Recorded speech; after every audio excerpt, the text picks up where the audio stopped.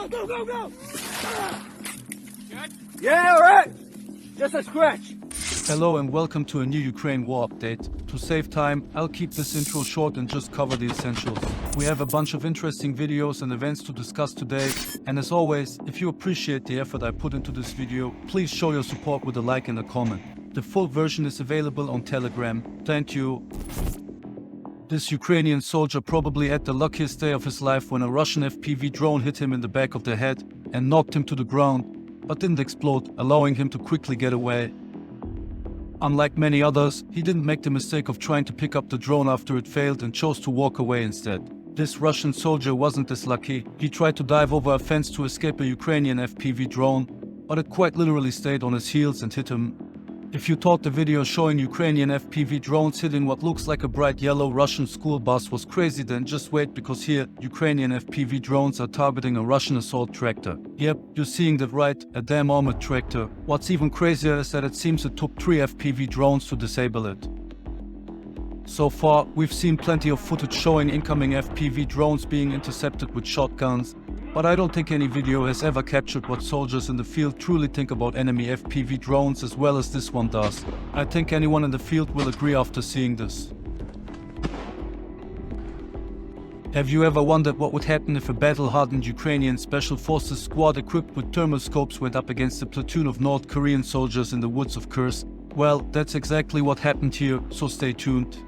But before we continue with the video, a quick word from today's sponsor, MyHeritage. When I signed up on the site, I didn't know what to expect at first, but I wasn't disappointed. In fact, what I found really surprised me and, to be honest, fits really well with my channel. After I created a rather modest family tree that only included my immediate family, I was skeptical whether anything would show up at all. But after just one click using MyHeritage Instant Discoveries feature, I was genuinely amazed by what I saw. What I was shown was an old newspaper article from an Austrian newspaper from 1915. The article was about honoring Austro-Hungarian soldiers during World War I, and one of the soldiers who received the silver medal for bravery second class had the exact same first and last name as my father. Of course, my father didn't fight in World War I, so I looked into it further. And what really blew my mind was the fact that this man had to be related to my father because he came from the exact same small village. It was just too precise to be a coincidence. But that wasn't all. I dug a little deeper toward MyHeritage and found out that at least 3 of my ancestors who were born in the same small village like my father fought in the First World War on the side of the Austro-Hungarian Empire,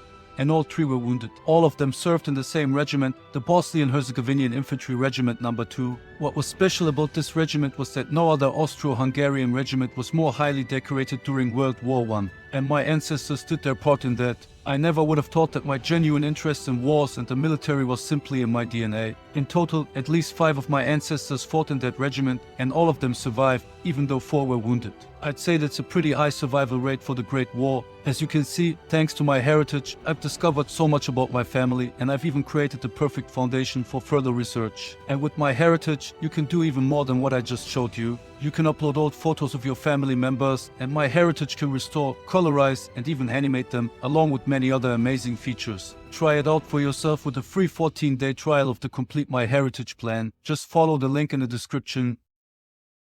What you see here is helmet cam footage from Ukrainian Special Forces who are using thermal scopes to hunt North Korean soldiers. The footage was recorded during combat in the Kursk region, in which the Ukrainian Special Forces operators reportedly took out an entire platoon of regular North Korean troops. It should be noted, however, that this information was released by the Ukrainian military itself and cannot be independently verified based on the available video footage. Nevertheless, there were definitely casualties on the North Korean side, as can be seen in the thermal imaging. I hope you understand that I had to blur these parts for YouTube and can only show them unedited on Telegram. While the Ukrainian Special Forces operators had a significant advantage over the North Koreans thanks to their thermal imaging capabilities, they still came under return fire. In response, the Ukrainian operators continued to engage the North Koreans and began using a handheld grenade launcher to target the North Koreans hiding from their thermal scopes in the woods. Despite the minor disruption caused by the return fire, the Ukrainians maintained the initiative and continued to dictate the pace of the battle, consistently putting the North Koreans under fire. Still, there was a brief pause for this operator to catch his breath and drink some water before returning to the fight. The men seen here were part of the Ukrainian 6th Special Operations Forces Ranger Regiment and were reportedly operating behind enemy lines when this video was filmed. It seems the North Koreans were provided with Russian documents but also carried handwritten North Korean notes with them. This was not the only time members of the 6th Ranger Regiment used thermal imaging to hunt for enemy forces in the Kursk region, as you'll soon witness in even higher video quality. For some reason, however, parts of the video were filmed in black and white. In this firefight, the men launched an assault against Russian soldiers in the woods, who stood no chance against the better equipped Ukrainian special operators. What is partially demonstrated quite well here is the use of the so-called 4Fs by the Ukrainian Special Forces. This is essentially a standard operating procedure for winning firefights. The 4Fs stand for find, fix, flank and finish. First, the enemy has to be found. Then he can be fixed by pinning him down. This can be done through suppressive fire or, in modern scenarios, with the help of drones but also any other asset suitable for this task. This then forces the enemy into a passive position, allowing friendly forces to flank the fixed elements, with the goal of bringing them into a field of fire where they can be finished off. While the 4Fs are often seen as the ultimate textbook example of how to approach a firefight, smoothly executing them in actual combat is often challenging. However, this does not mean the concept doesn't work or that it shouldn't be used as a guideline. That is definitely not the case. After taking out the Russians, the Ukrainians searched their hideout and collected trophies.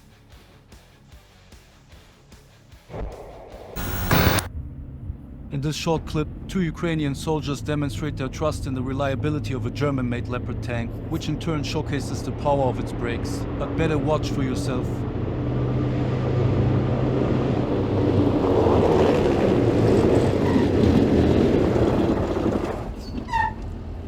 This pair of English-speaking international fighters tried to shoot down a Russian drone that was in the process of crashing into them. Their attempts failed, but fortunately, the drone detonated away from them without causing any harm. Here we have a pretty interesting clip, as it shows a squad of Russians jumping out of a Ukrainian-owned M113 to storm a Russian fighting position in a tree line near Kupiansk. This may sound a bit confusing, but the men are part of the Russian Volunteer Corps, a group of Russians fighting within the ranks of the Ukrainian forces. During the fighting, they drew 2 Russians out of their fighting position, who then surrendered. To be honest, the video is quite short and appears to be just a trailer, so perhaps we'll get to see the full footage of this operation soon. This video, filmed by a Ukrainian drone, shows a team of Ukrainian soldiers conducting urban clearing operations in one of the many devastated urban areas along the front line. After carefully moving into the area, they began clearing the destroyed buildings, most of which consisted of nothing but rubble, using grenades and small arms fire. The use of grenades is mostly precautionary, meaning the soldiers don't know exactly if or where Russian soldiers might be hiding among the rubble or in the basement areas. Shortly after, the drone spotted 2 Russian soldiers who were about to hide in a more intact house. After a third and then even a 4th Russian soldier was spotted entering the building, a Ukrainian drone struck the entrance. After a second strike hit the other side of the building, a heavy Ukrainian quadcopter drone dropped its ordnance directly on top, causing a massive explosion. What such an operation looks like amid all the destroyed rubble is shown here clearly from the perspective of a Ukrainian soldier through his helmet camera. Grenades are not only thrown through doorways, or what's left of them, but also into ventilation shafts, as was just seen here shortly before. I think these scenes give a good impression of why soldiers prefer to blast their way through with grenades before even considering entering buildings or basements. The nature of the terrain, with all the debris on the ground and its often confined spaces, also shows how difficult it is to evade grenades or drone-dropped explosives. There are often simply no options for escape, and even when there are, the risk of injury remains high. Ukraine also released drone footage showing the destruction of what appears to be a North Korean M1978 Coxswain heavy artillery piece in the Kursk region. It is not entirely clear whether these North Korean artillery systems are used exclusively by North Korean troops in Kurs, or if they were merely supplied to Russia for use by Russian forces. However, it would make sense for these systems to be operated by North Korean soldiers as well, since they have already been fully trained on them and other related systems. In addition, Ukrainian forces released footage of what was most likely a HIMARS strike on an alleged North Korean MLRS system, but the video quality is too poor to say for certain. Along with the strike, this photo was shared. However, as mentioned, it cannot be confirmed, even if it is not entirely unlikely. I know some people still question the participation of North Korean troops in the Ukraine war, even with tons of evidence being slapped right into their face, but I'll talk more about that later in the video. We also have to talk about Russian successes, not because I gave in to complaints about one-sided reporting, but because it would be naive to ignore them. Next to the fact that Russian forces continue to gain ground slowly, but steadily across the front. They also managed to foil a new Ukrainian attempt to launch a significant armored offensive into the depths of Russia's Kursk region. Over the course of these recent renewed Ukrainian operations, Russia released a substantial amount of drone footage showing strikes on Ukrainian military vehicles, most of which consisted of heavy engineering equipment used for breaching defensive positions or conducting demining operations. It looks like Ukraine tried to at least partially replicate its previous success in Kursk, but was unable to gain any significant foothold on Russian territory this time. This assessment is based on the outcomes shown in these videos and the lack of confirmed territorial control in geolocated footage and maps. Several key factors could explain why Ukraine's April-May 2025 attempts to re-establish a foothold in Kursk failed, in contrast to their initially successful August 2024 offensive. The first factor would be the loss of surprise. The August 2024 offensive succeeded largely due to the element of surprise. By contrast, Russia was fully alert to the possibility of renewed Ukrainian operations in the area this time. Additionally, Russia's force concentration in the region is now significantly higher, with more skilled units and numerous FPV drone operators on standby. These drone forces were notably absent during the early days of the 2024 offensive. Despite how it may appear on camera, Ukraine's May 2025 operations seem to have been limited tactical actions rather than part of a coordinated strategic initiative. The need to defend against increasingly successful Russian offensives in Donetsk Oblast likely prevented Ukraine from concentrating sufficient forces for another major cross-border operation. Russia's complete control of Kursk, along with Ukraine's recent failed offensive attempts in Kursk and Belgorod, has created conditions for Russia to expand offensive operations into Ukraine's Sumy Oblast, where they have also recently managed to capture ground. Ukraine, on the other hand, had hoped to use control of Russian territory as leverage in potential peace negotiations. The complete loss of the Kursk foothold eliminates this bargaining chip at a critical time when peace negotiations are actively being pursued, at least officially. Ukraine committed some of its best units to both the original Kursk operation and subsequent attempts to maintain or regain positions. However, Russia has now established layered defenses along the border, including anti-tank obstacles, minefields, and pre-sighted artillery positions, in addition to the previously mentioned FPV drone units. These units deploy fiber-optic FPV drones that are immune to electronic warfare countermeasures. Russia also concentrates a disproportionately high share of its guided glide bombs in the Kursk region. According to a spokesperson for a Ukrainian border guard detachment, as of April 26, Russian forces are conducting 50 to 100 guided glide bomb strikes per day against positions in Sumy Oblast. Now, back to the North Korean soldiers. I know I might be a bit late with this for some, but the Russian Ministry of Defense itself has recently confirmed that North Korean soldiers are fighting on Russia's side against Ukraine. Several related videos have also been released showing North Korean soldiers in the field wearing Russian military uniforms. In addition, videos have surfaced showing North Korean troops training in Russia, where they are learning how to assault and clear trenches, as well as how to fight against drones. To sum it up one more time, since late 2024, North Korea has deployed over 11,000 troops to Russia to support its war against Ukraine, with an additional 3,000 reinforcements sent in early 2025. These troops have been engaged in combat operations in Kursk Oblast, particularly in areas like Plekovo and Malaya Lognia. Their deployment comes alongside extensive weapons transfers from North Korea to Russia, including artillery shells, ballistic missiles, and military vehicles. The military cooperation between the two nations was formalized through the North Korean-Russian Treaty on Comprehensive Strategic Partnership signed in June 2024, which includes a mutual defense clause.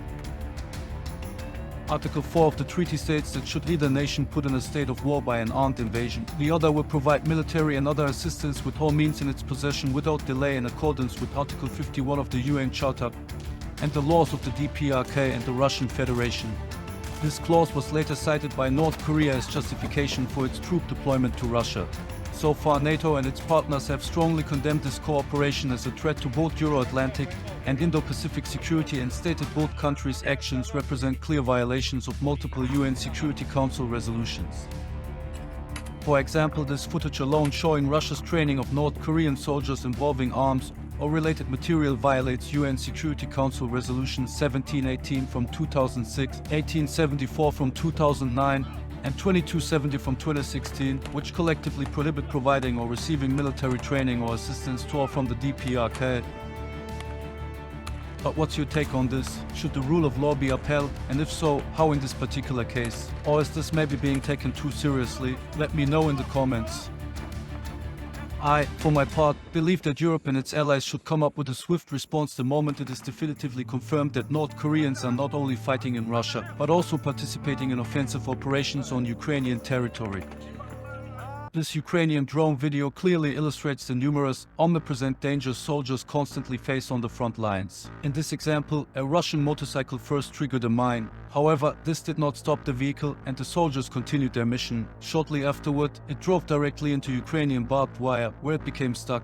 The soldiers dismounted, and at that very moment, a Ukrainian FPV drone narrowly missed both them and their vehicle. The soldiers continued their advance on foot, fully aware that they were under constant surveillance by Ukrainian drones, just waiting for the right moment to strike. And so it happened again. It appears that Russian soldiers were trained to drive their motorcycles directly into Ukrainian barbed wire defenses, as demonstrated in this training video. The lead motorcycle is used to create a breach in the wire, allowing the following motorcycles to use the one stuck in the wire as a bridge to drive over or even jump across the obstacle. This leads me to believe that the Russian soldiers previously shown under combat conditions were using this tactic intentionally.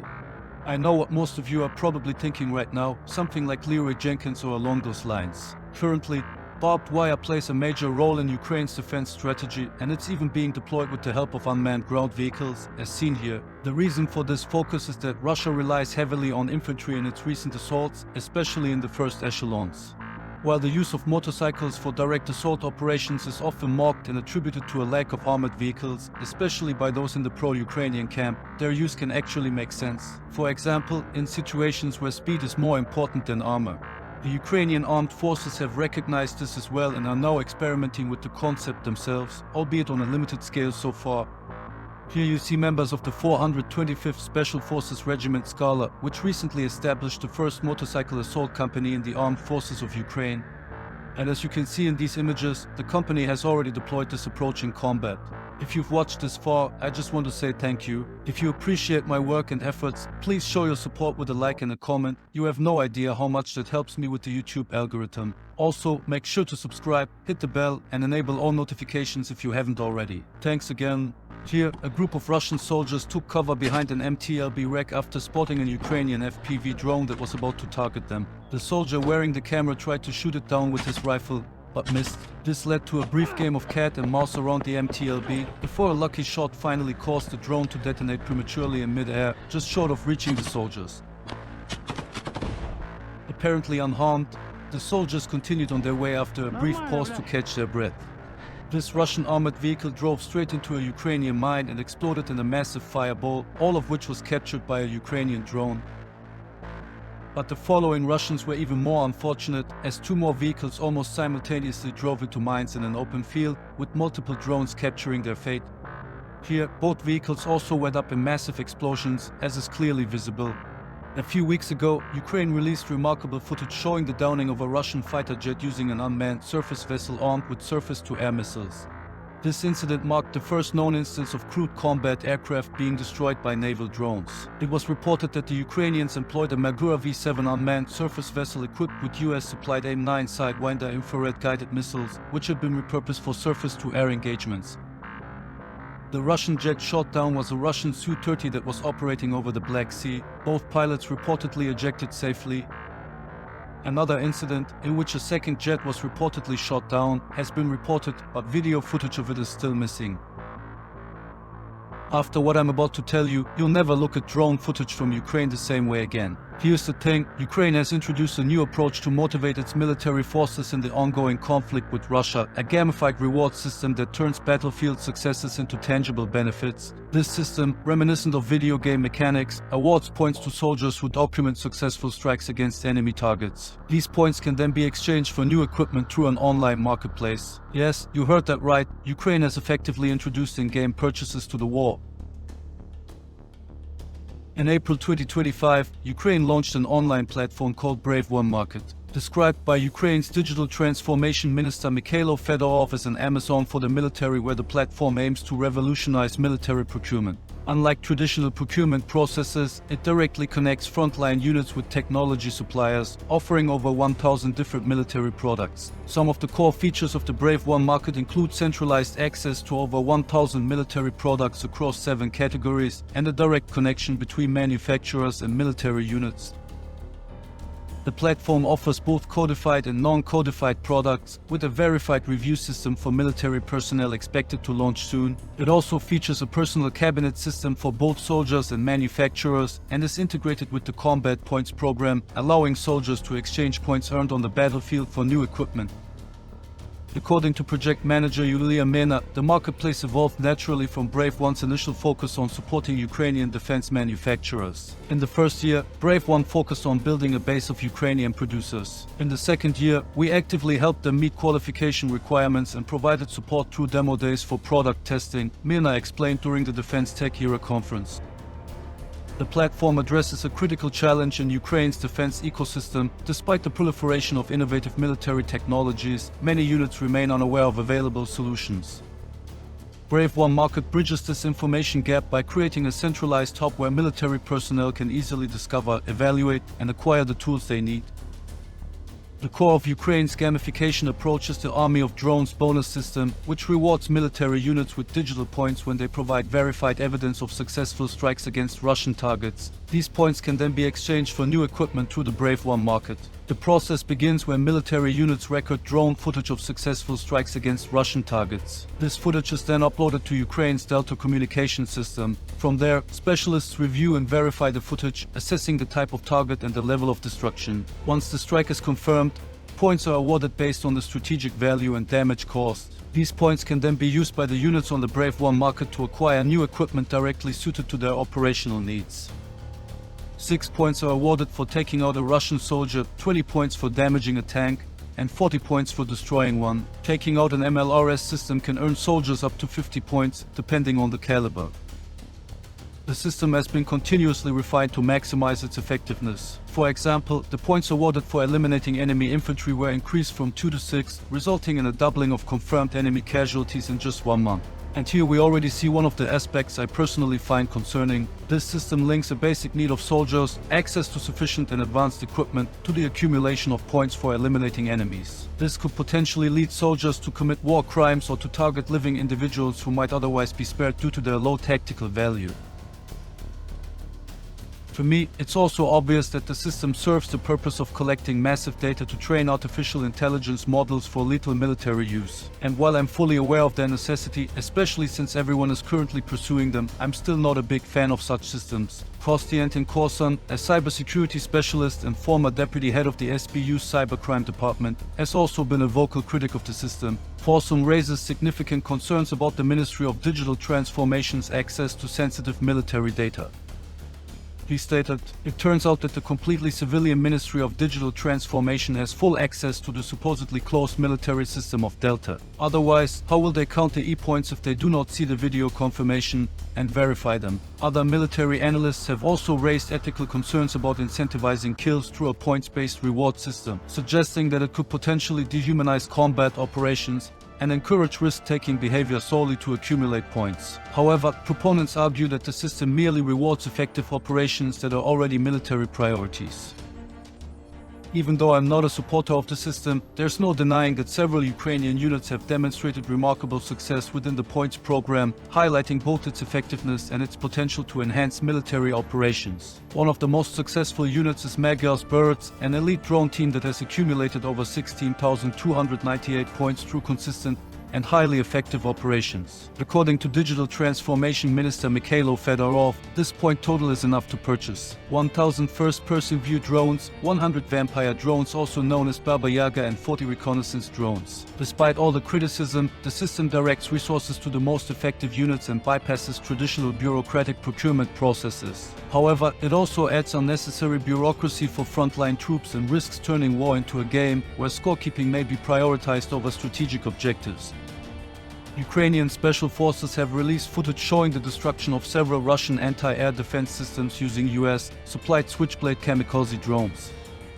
While we've seen these systems in action before, it's still interesting to see them being used, especially given ongoing claims from the Ukrainian side that they're not as effective as initially thought, particularly when weighed against their cost. This is why some say we only see them used on rare occasions. Still, it seems they can be deployed effectively when the conditions are right. One of the main problems with the Switchblade drones is their limited payload, which makes them less effective against heavily armored targets. They are also vulnerable to electronic warfare and require good intelligence and coordination to be used effectively.